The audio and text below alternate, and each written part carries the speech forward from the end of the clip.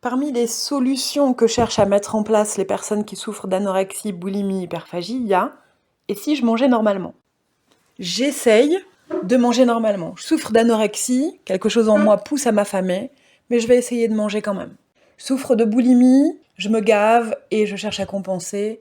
Je vais essayer de moins me gaver ou de chercher à moins compenser. Si je souffre d'hyperphagie, je vais chercher à ne plus me gaver. Ce qui semble être une bonne idée sur le papier, mais qui techniquement est impossible. C'est l'équivalent de dire à quelqu'un qui a les poumons tout collés « Tiens, si tu respirais normalement ?» Ben, je veux bien, mais je peux point. Ce qui va être une clé, c'est déjà de comprendre que si votre inconscient vous pousse à vous comporter comme ça à l'égard de votre alimentation, à l'égard de votre volume de corps, de votre poids, à l'égard de la nourriture, c'est pas parce qu'il n'a pas eu la bonne idée de faire autrement. Votre inconscient s'est pas dit ah tiens, je vais lui faire manger comme ça parce que c'est comme ça que c'est normal. Je vais la faire s'affamer, je vais la faire se gaver, je vais la faire éliminer. Non. Lui, votre inconscient, il sait ce qu'il fait. Il vous impose ça volontairement. C'est l'équivalent d'un inconscient qui dirait, je vais garder tout au long de ce podcast le parallèle avec les poumons et la respiration. C'est l'équivalent d'un inconscient qui dirait, ok, moi je préfère la faire respirer tout petit, en lui collant les poumons, que de la faire respirer à plein poumon. C'est mon choix. Je fais le choix volontaire de lui imposer de respirer petit, d'handicaper cette personne dans sa respiration. Premier réflexe, pourquoi il ferait ça l'inconscient ? C'est exactement ce qu'on a à chercher en thérapie et à résoudre. Qu'est-ce que votre inconscient voit comme un danger à l'idée de guérir ?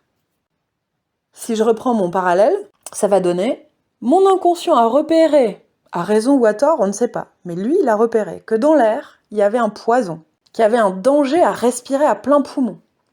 Lui, il l'a repéré. On ne sait pas si c'est vrai ou si c'est faux, mais lui, il en a repéré un. Et votre inconscient, son but, c'est de vous protéger de tout ce qui pourrait vous faire mourir, que ce soit réellement ou de stress. Donc c'est si je la laisse respirer à plein poumon, elle s'empoisonne et ça stresse son organisme au point d'en mourir, je ne vais pas la laisser respirer entièrement. Je vais lui coller les poumons, elle va respirer petit, et ça va être très inconfortable au quotidien, mais au moins, je lui évite le pire.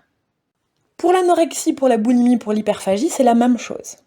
Votre inconscient choisit de vous affamer, choisit de vous faire vous gaver, choisit de vous pousser à éliminer les calories pour contrôler votre apparence. Dans tous les cas, vous stressez votre organisme, vous n'êtes pas à plein potentiel de votre beauté, vous n'êtes pas à plein potentiel de votre vitalité, et vous n'êtes pas à plein potentiel de votre vie sociale. On est d'accord, hein ? Quand on souffre d'anorexie, de boulimie, d'hyperphagie, la vie sociale en est très perturbée, vous le savez autant que moi. Ce qui veut dire que votre inconscient a capté que de manger normalement, d'être à pleine vitalité, d'être à plein potentiel de beauté, d'avoir une vie sociale, c'est dans un ou plusieurs de ces éléments, il y a quelque chose de dangereux de son point de vue. Lui, il a capté que guérir, c'est dangereux.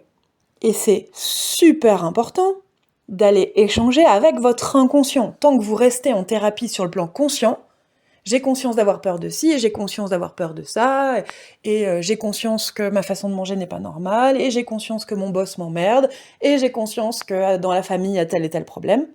C'est bien beau d'en parler sur le plan conscient, mais tant que vous n'êtes pas allé repérer de quoi votre inconscient a peur à l'idée d'aller bien, vous allez stagner. Et moi, j'ai pas envie que vous stagniez. Moi, je vous veux heureux, épanoui et en sécurité dans le bien-être. Et votre inconscient veut ça pour vous aussi. Si je devais faire le parallèle avec deux mondes, le monde de la souffrance dans lequel vous êtes et on imagine une porte et puis derrière cette porte, le monde du bonheur, du bien-être, votre inconscient est persuadé que s'il vous laisse franchir cette porte de l'autre côté, que vous allez vivre quelque chose de tellement atroce que vous allez avoir soit l'impression d'en mourir ou soit vouloir en mourir. Je ne dis pas que c'est la réalité.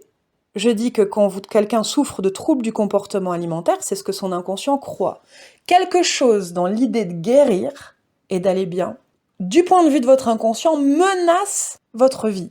Tel qu'il l'imagine, si vous laisse franchir la porte, de l'autre côté, vous vous effondrez. Et c'est exactement son rôle de vous empêcher de vous effondrer. Donc il va préférer, comme les poumons tout collés de tout à l'heure, il va préférer vous faire vivre l'enfer que représente un trouble du comportement alimentaire Et si vous êtes en train d'écouter cet audio-là, vous savez à quel point dans votre vie c'est une horreur, un cauchemar de souffrir de TCA. Dites-vous que ce cauchemar-là, votre système estime que c'est moins pire, même si c'est pas français, que c'est moins pire que ce qui vous attend de l'autre côté de la porte. Il pense vous défendre avec ça. Et votre inconscient, un système de défense, il le lâche pas comme ça. Ou s'il vous laisse lâcher ce système de défense, c'est qu'il va en utiliser un autre qui sera pire. Vous lâchez le TCA, c'est pas grave, achat compulsif. Vous lâchez ponctuellement le TCA, c'est pas grave. Alcool, consommation de cocaïne ou autre. Scarification, comportement à risque. Très vite, votre système va se rendre compte que c'est encore pire que la solution qu'il avait trouvée initiale, et très vite, il revient vers le trouble du comportement alimentaire.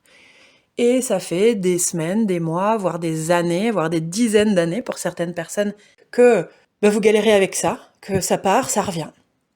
Et quand ça revient de manière souvent plus intensifiée. Vous avez remarqué, avec le temps, même s'il y a des périodes où ça s'améliore, où votre trouble du comportement alimentaire semble s'être arrêté, il s'est juste mis sur pause.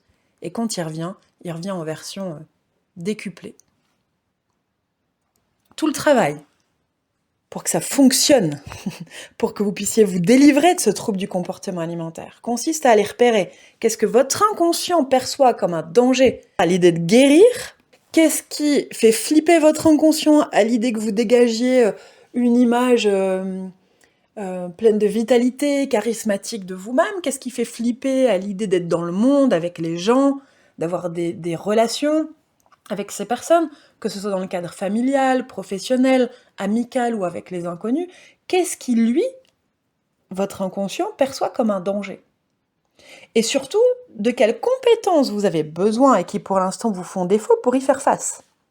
L'idée c'est, votre inconscient va vous laisser franchir cette porte, mais pour ça il faut que de l'autre côté, quel que soit ce qui vous arrive, vous sachiez y faire face sans vous effondrer. Vous sachiez y faire face sans vous retraumatiser. L'idée, c'est de rester vivant de l'autre côté, mais bien vivant. Et c'est ce que je vous propose de faire en psychothérapie active. Première séance, on repère qu'est-ce que votre inconscient perçoit comme un danger. Et toutes les séances suivantes vont servir à aller développer vos ressources, vous forger, pour que, quel que soit ce qui pourrait vous arriver dans la vie, vous sachiez y faire face, la tête haute, sans jamais vous effondrer. Que ce ne soit plus une menace pour vous, mais juste des situations de vie auxquelles vous savez faire face, et facilement en plus. Comme vous le savez, je m'appelle Barbara Verhaeghe. Ce que je vous propose, c'est de la psychothérapie active. On ne se contente pas juste, vous, de parler et moi d'écouter. Non, on va aller bosser avec votre système réflexe, avec votre inconscient, pour que vous puissiez passer cette porte en toute sécurité. Et juste être bien derrière. Juste vivre, quoi. Si vous avez envie d'être accompagné par moi ou besoin d'être accompagné, je vous donne toutes les infos en description. Je vous dis à bientôt. Prenez bien soin d'aller repérer pourquoi votre inconscient a peur de la guérison.